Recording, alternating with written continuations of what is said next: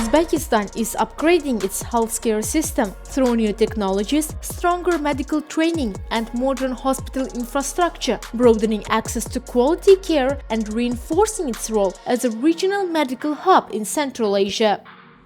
Hello and welcome to Business Line Uzbekistan.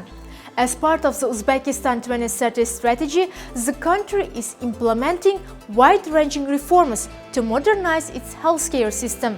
In 2025, 3.2 billion euros were allocated to the sector, including support for digitalization, infrastructure upgrades, primary care reform, medical education and private sector growth.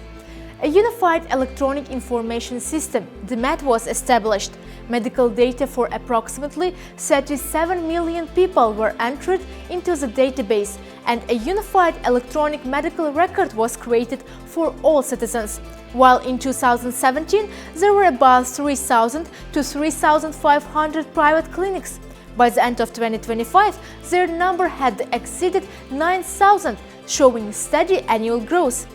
As a result of research and innovation, the National Children's Medical Center became the first public medical institution in the country to receive the internationally recognized Joint Commission International Certificate. Here is more. The National Children's Medical Center is expanding access to modern pediatric care. For the first time in Uzbekistan, complex scoliosis surgeries are now performed locally, eliminating the need for costly treatment abroad.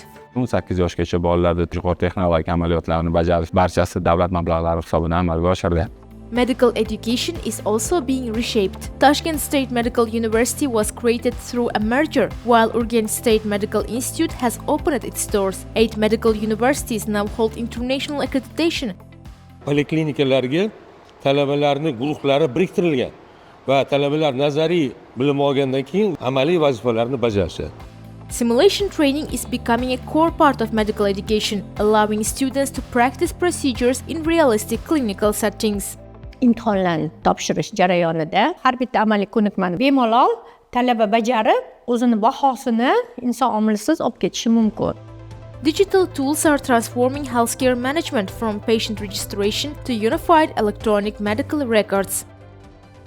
At the heart of this shift is DMET, Uzbekistan's unified digital medical system. Raqamlashtirishni 4 ta bosqichda belgilab olganmiz, ya'ni infratuzilmani yanada takomillashtirish, yagona platformani modernizatsiya qilib, uni xavfsizligi nuqtai nazaridan alohida e'tibor qaratish va ushbu platformadan foydalanadigan barcha mas'ul xodimlarimizni malakasini oshirish.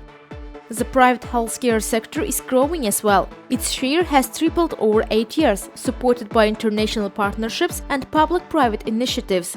Bizning klinika zamonaviy mnogofunksional klinikalardan biri hisoblanadi. Ushbu klinikamizning o'zining mehmonxonasi bor. Healthcare reforms are reaching beyond major cities. 231 ta tug'ruq komplekslarini jihozlanish jarayonlari amalga oshirildi. 43,5 million AQSh dollari miqdoridagi mablag' sarflanib, 23 turdagi 5,5 mingdan ziyod asbob-uskunalar tug'ruq komplekslariga yetib borildi. By connecting patient care, medical education, digital systems and regional investment, Uzbekistan is strengthening healthcare services nationwide. Joining us now is Jaloliddin Asamuddinov, head of the Center for Licensing and Accreditation of Medical Organizations.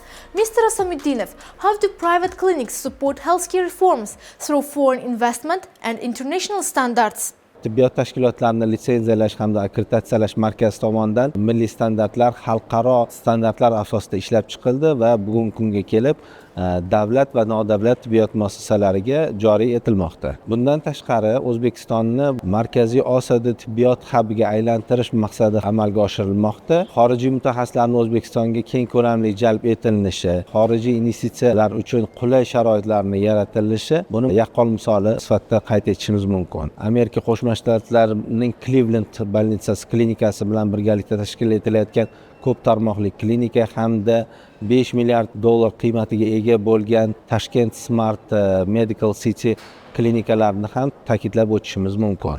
Thank you for joining. Well, that's all we have for this edition. You can get more business news at euronews.com.